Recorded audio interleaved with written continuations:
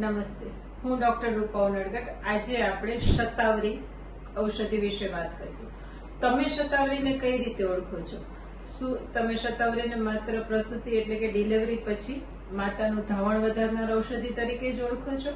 પણ શતાવરીને આયુર્વેદ ઔષધિમાં ખૂબ જ ઇફેક્ટિવ અને પૂરા પરિવારને કામ લાગે એવી એક ઔષધિ કહી છે.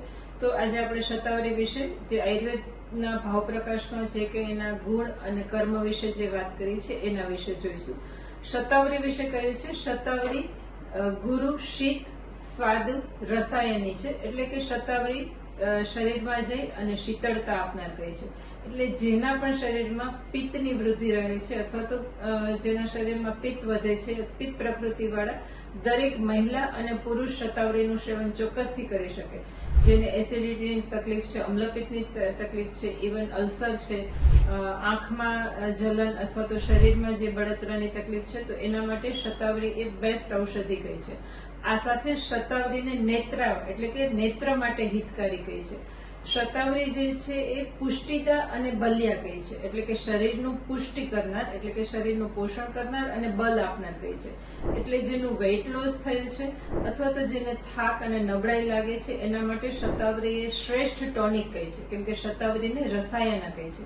એટલે એન્ટી એજિંગ તરીકે અને ટોનિક તરીકે શતાવરી એ આયુર્વેદની બેસ્ટ ઔષધિ છે.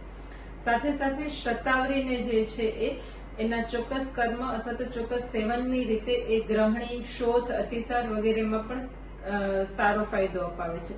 શતાવરીના ઘણા બધા ગુણકર્મો છે. એની સાથે સાથે એક શોથ ઘટાડનાર કહે છે. એટલે કે શરીરમાં જ્યાં કંઈ ઇન્ફ્લામેશન છે એનું લાંબા ગાળે સેવનથી એ શતાવરી છે એ ખૂબ ફાયદો અપાવશે.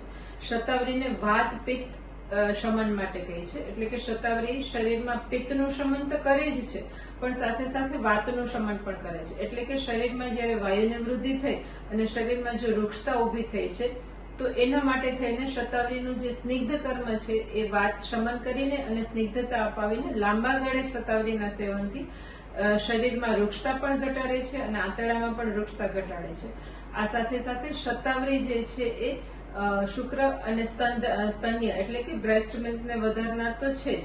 શતાવરીના ઘણા બધા ગુણકર્મો છે અને એના લીધે શતાવરી એ પૂરો પરિવાર લઈ શકે છે. શતાવરીનું મેઇન કર્મ જે છે એ ઇન્ફર્ટિલિટીમાં ખૂબ ફાયદો કરે છે. એટલે કે હોર્મોનલ ઇમ્બેલેન્સને એ બેલેન્સ કરે છે. પીસીઓએસ અને જે કોઈ બીજા માસિકના વધારે પડતું માસિક આવવું, માસિકનો દુખાવો, જે કોઈ હોર્મોનલ ઇમ્બેલેન્સને લગતી જે કોઈ સમસ્યા છે એના માટે શતાવરી ચોક્કસ ફાયદો અપાવે છે.